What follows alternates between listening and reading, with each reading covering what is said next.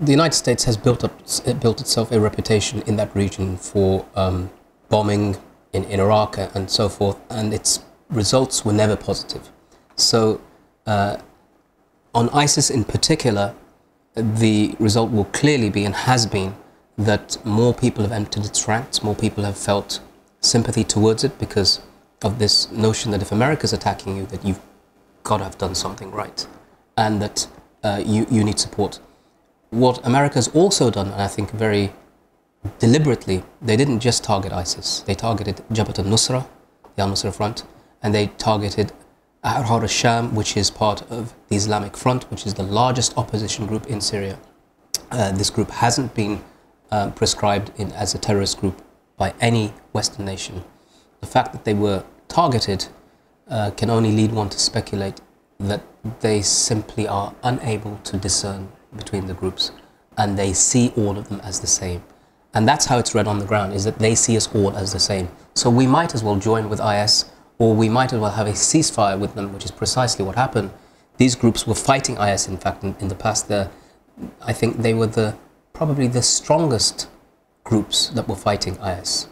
And the United States has almost single-handedly managed to bring them together, or at least stop them fighting each other in the interim.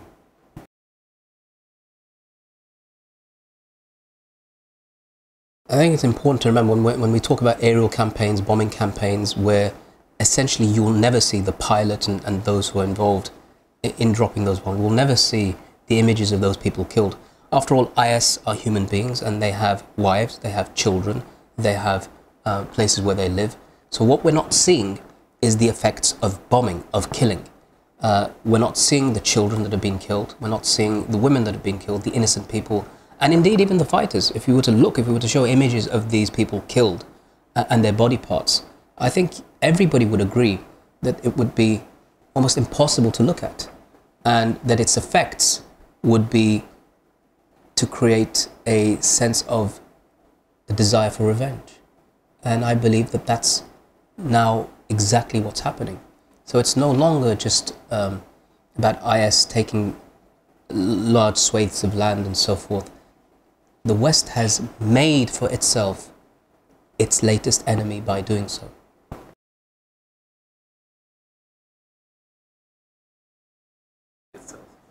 I believe if IS was left alone in the way that it was when it first came into power, it would eventually either have to make drastic changes in how it operates and how it targets people within its own sphere of influence, how it targets minorities, how it addresses people who disagree with them, or that it would implode, that it would eat itself apart, that it would start to pronounce various groups of opposition people as outside the fold of Islam and so forth, which, as it has done, it would face a huge amount of opposition from the religious authorities that exist. It already does. It has no authority amongst them.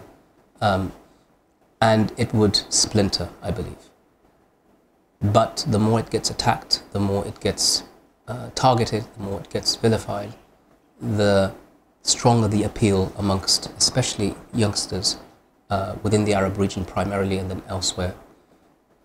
And people often talk about this quote from Islamic history, which says that if you want to know where the good people are, simply follow the arrows of the enemy.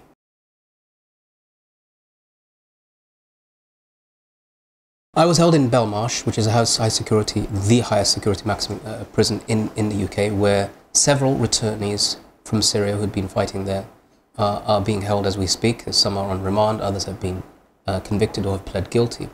The common factor that I found amongst them is that they had returned because they didn't want to be part of the infighting between IS and the other groups. It means they weren't ideologically glued to any group, and they in fact wanted not to be part of the infighting. The majority of them were not part of IS, but that didn't prevent their prosecution. In each of the cases of the arrests that I've looked at of all of these individuals, the police has said, as they said in my case, they have said that there was no threat to the safety or security of the British public. Yet they are held as high security prisoners, category A in maximum security units. So one has to ask the question, why? And this is because of the interpretation of the concept of terrorism. Terrorism is supposed to be, and the laws against it, to prevent the death of civilians or people in Britain. There's never been a suggestion by the police or the Crown Prosecution Service that these people ever posed that sort of threat. So all this is doing is creating a great deal of mistrust, alienation, and the fact that the government wants to push through new laws that are even more draconian than the ones we have, that even at the height of the IRA campaign we never saw. We're seeing now that the government wants to take away people's passports, have the right to do so, or the police have the right to do so, to strip people of their nationality, to make them stateless, and to enforce internal exile in the UK. It sounds like something out of the Stasi in Eastern Germany during the height of the Cold War, but it's in Britain today in 2015.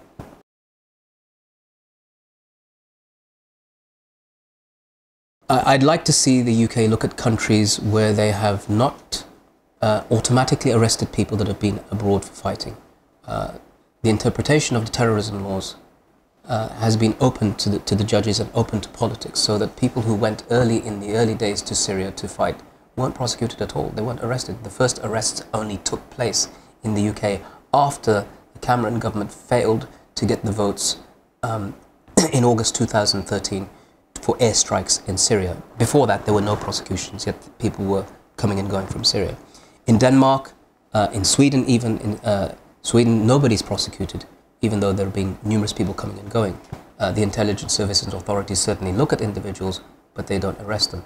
In Denmark, they've tried to channel returnees through various community projects overseen by the police, but nonetheless where prosecution isn't on the table.